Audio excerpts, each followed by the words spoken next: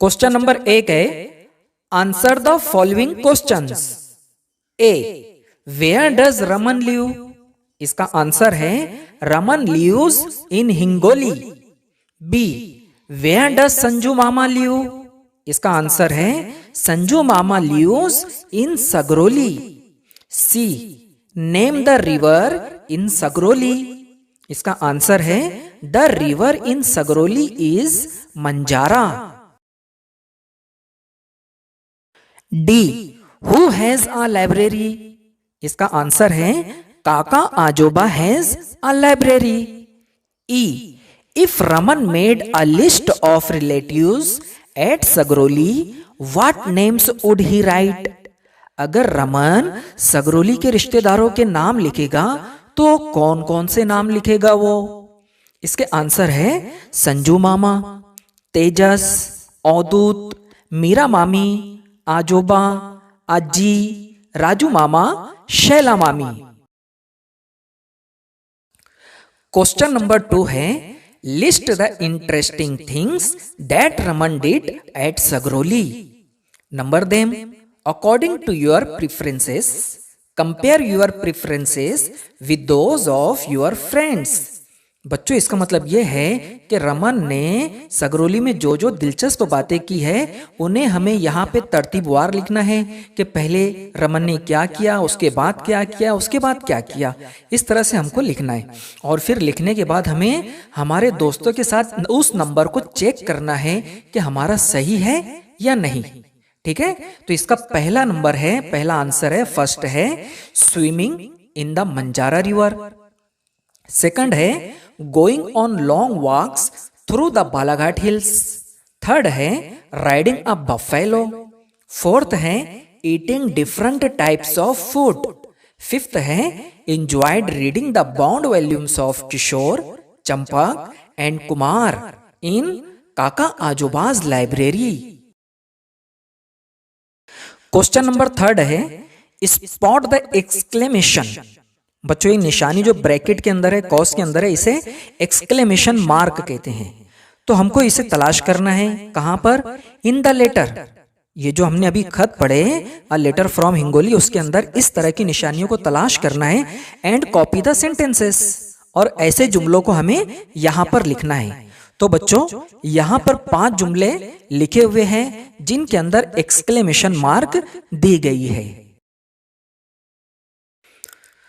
Question number 4 में बच्चों ए, B और सी इस तरह से 3 सवालात है। हम पहले ए देखते हैं।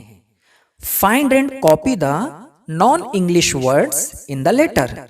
बच्चों ये जो लेटर हमने अभी पढ़े अ लेटर फ्रॉम हिंगोली, इसमें नॉन इंग्लिश वर्ड्स कौन कौन से आए हुए हैं उन्हें हमें यहां पर लिखना है। इसके आंसर है आमरस, कुरडई, पपड़िया, कांदा भजी, श्रीखंड वड़ी, अज्जी, आजोबा, मामा, मामी, काका। बच्चों ये इंग्लिश वर्ड्स नहीं है।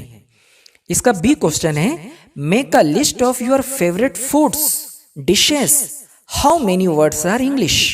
बच्चों हमें अपनी पसंद के खानों के नाम यहां लिखना है और बताना है कि इनमें से कितने अल्फाज, कितने वर्ड्स इंग्लिश है। तो बच्चों हम लिखते हैं खिचड़ी, बिरयानी, पिज्जा, खीर पूरी, कचौरी, जलेबी, आइसक्रीम, पानी पूरी। बच्चों आप अपनी पसंद के खानों के नाम यहां पर लिखिए। अब मैंने जो यहां पर नाम लिखा हूं बच्चों, इसके अंदर से कितने वर्ड्स इंग्लिश है? नीचे मैंने लिखा हूं 2 of them are English words. आपको भी इसी तरह से जवाब लिखना है। अगर आपके 3 अल्फाज इंग्लिश हैं या 4 हैं, आपको अपनी पसंद की 5 किताबें या कहानियों के नाम लिखना है। How many of the names are English, उसमें से कितनी कहानियों के नाम इंग्लिश है वो हमें यहाँ पर लिखना है। तो बच्चों इसके आंसर भी हमको हमारी पसंद की किताबों के या कहानियों के नाम लिखना है और आखिर में बताना है कि उसमें से कितने नाम इंग्लिश है। तो यहाँ पर बच्चों जो मैंने 5 कहानियों के या किताबों के नाम लिखा है वो इस तरह है। अली बाबा और 40 चोर, wings of fire, tit for tat, एक बादशाह का ख्वाब, बंदर और मगरमच्छ। तो बच्चों इसमें कितने इंग्लिश वर्ड्स आए? देखो मैंने यहां पर लिखा हुआ हूं 2 of them are English names. Question number 5 है बच्चों find the smaller words hidden in the following words. नीचे जो वर्ड्स दिए हुए हैं तो इसमें छुपे हुए छोटे छोटे वर्ड्स हमको तलाश करके यहां लिखना है। आगे क्या लिखा हुआ है? Do not change the order of the letters in the words. Spelling को हमें आगे पीछे नहीं करना है, जिस तरतीब से स्पेलिंग लिखी हुई है उसी तरतीब से हमें उन छोटे छोटे शब्दों को, अल्फाज को और वर्ड्स को ढूंढ कर यहां लिखना है। जैसे पहला वर्ड है बच्चों रीच्ड, इसमें छोटे शब्द जो है आगे लिखे हुए हैं रीच और ईच। उसके बाद दूसरा है बच्चों वंडरफुल, इसके छोटे शब्द है वंडर, ऑन, वन। उसके बाद है अनफॉरगेटेबल, इसमें बच्चों छोटे शब्द जो हैं फॉरगेट, फॉर, गेट, टेबल। उसके बाद है कलरफुल, इसके छोटे स्मॉल वर्ड्स इसके अंदर हैं कलर, आवर। उसके बाद है इनकंपेरेबल, इसमें छोटे वर्ड्स जो है बच्चों पहला है इन, उसके बाद कंपेयर, उसके बाद एबल। उसके बाद है लविंगली, इसमें दो है बच्चों इन और दूसरा है लविंग। क्वेश्चन नंबर 6 है बच्चों, note that 9 June 2015 is read as the 9th of June 2015। यहां लिखा हुआ है बच्चों कि 9 जून 2015 को हम किस तरह पढ़ते हैं? The 9th of June 2015। Similarly मतलब इसी तरह से 1st जनवरी और January 1st is read as the 1st of January। यानी अगर 1 जनवरी है या जनवरी 1 लिखा हुआ है तो इसे हम किस तरह से पढ़ेंगे? The 1st of January।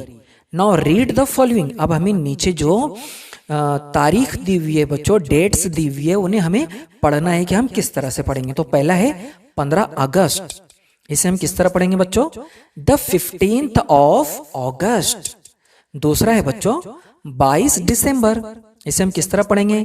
The 22nd of December। तीसरा है बच्चों 26 जनवरी, इसे हम किस तरह पढ़ेंगे? The 26th of January। उसके बाद 1 मई लिखा हुआ है बच्चों, इसे किस तरह पढ़ेंगे? The 1st of May। उसके बाद है 21 जून, इसे किस तरह पढ़ेंगे? The 21st of June। Question number 7 है बच्चों, Kimaya is writing letters to different people, help her to choose the appropriate expressions for each letter. इसका मतलब है बच्चों कि किमाया जो है वो अलग अलग लोगों को लेटर लिख रही है, हमें उसकी मदद करना है कि वो कौन से अल्फाज को चूज करेंगी, कौन से वर्ड्स वो चूज करेंगी। जैसे अगर लेटर लिख रही है तो शुरू में कौन से उसके वर्ड्स होंगे, लास्ट लाइन क्या होगी, और लास्ट में बिल्कुल जैसे हम लिखते हैं your loving daughter, your one and only sister, यहां पर वो क्या लिखेगी। तो बच्चों इसका जवाब इस टेबल की मदद से आप आसानी से तलाश